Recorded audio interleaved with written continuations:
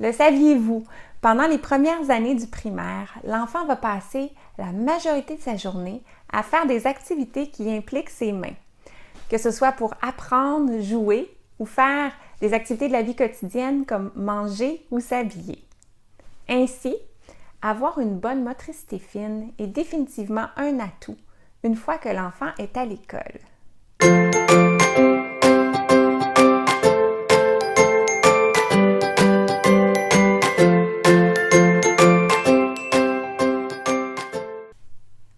Dans cette capsule vidéo, on va parler de motricité fine. Si vous côtoyez un enfant qui a des difficultés avec sa motricité fine, vous allez adorer cette capsule parce que c'est en connaissant mieux la motricité fine que vous allez être davantage en mesure de déterminer ce qui limite l'enfant que vous voulez aider et en mesure de trouver des bonnes idées d'activités pour l'aider à progresser. Je m'appelle Josiane Caron-Santa, je suis une ergothérapeute et dans mon travail, j'aide à tous les jours des enfants qui ont entre autres des difficultés avec leur motricité fine. En effet, quand on est face à un enfant qui a de la difficulté avec les mouvements de ses mains et de ses doigts, parce que c'est ça la motricité fine, et qu'on sait que cet enfant-là a eu amplement d'opportunités d'interagir avec du matériel manipulable adapté à son âge, eh bien, il est temps de se questionner sur ce qui limite la motricité fine de cet enfant-là.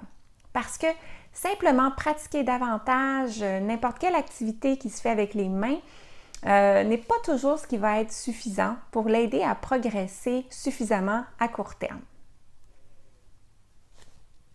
Bon, maintenant que j'espère vous avoir convaincu que c'est important de connaître la motricité fine pour être capable de bien aider un enfant qui a des difficultés avec sa motricité fine, allons explorer les 7 composantes de la motricité fine dans l'ordre de leur développement naturel chez l'enfant.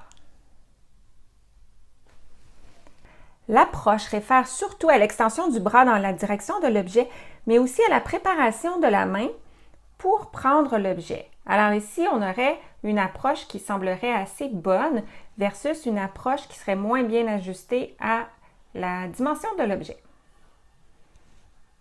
La préhension réfère à la façon dont la main va prendre l'objet. Par exemple, ici, une préhension à 3 doigts versus une préhension avec toute la main. Le transport réfère à la capacité de retenir un objet dans la main pendant un déplacement. Le relâchement volontaire réfère à la capacité de faire l'extension des doigts à un moment précis et à un endroit bien précis. Les manipulations dans la main réfèrent à la capacité de déplacer un objet d'un endroit à un autre dans la main. Il y a 5 types de manipulations. Par exemple, une translation doigt-paume est un mouvement dans lequel on prend l'objet avec les doigts et on le transfère jusque dans la paume. Nous aurions le mouvement inverse également, dans lequel l'objet part de la paume et revient vers les doigts. Translation, paume, doigt. Maintenant, je vais vous montrer un mouvement de shift. Par exemple, mon majeur et mon pouce sont au bas de l'objet et je vais les shifter vers le haut de l'objet. Je recommence. Un mouvement, par exemple, qu'on utilise quand on veut boutonner ou déboutonner. Un autre mouvement serait le mouvement de rotation simple. Par exemple, si je tourne un morceau de casse-tête.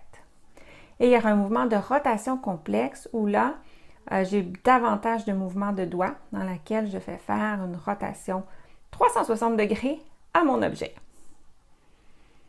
Dans ce type de rotation-là, le pouce est beaucoup plus actif.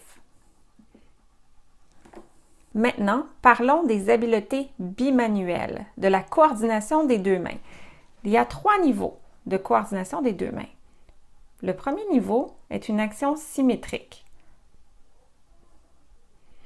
Le deuxième niveau est quand les 2 mains se coordonnent pour une même action, mais une main va être davantage occupée à stabiliser et l'autre main va faire l'action.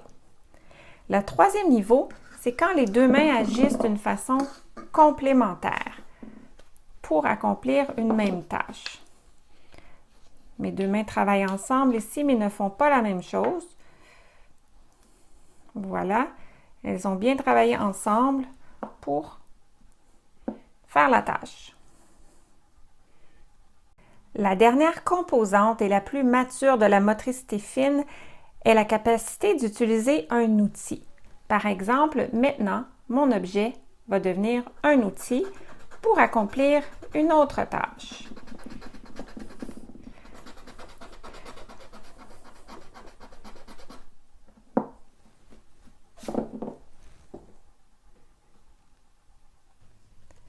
Bon, maintenant que vous en savez un peu plus sur la motricité fine, je vous encourage à observer quel composant de la motricité fine semble être le plus grand défi pour l'enfant qui vous préoccupe. Et de mon côté, je vous promets de vous revenir avec de bonnes idées d'activités pour travailler la motricité fine inspirées du monde de l'ergothérapie.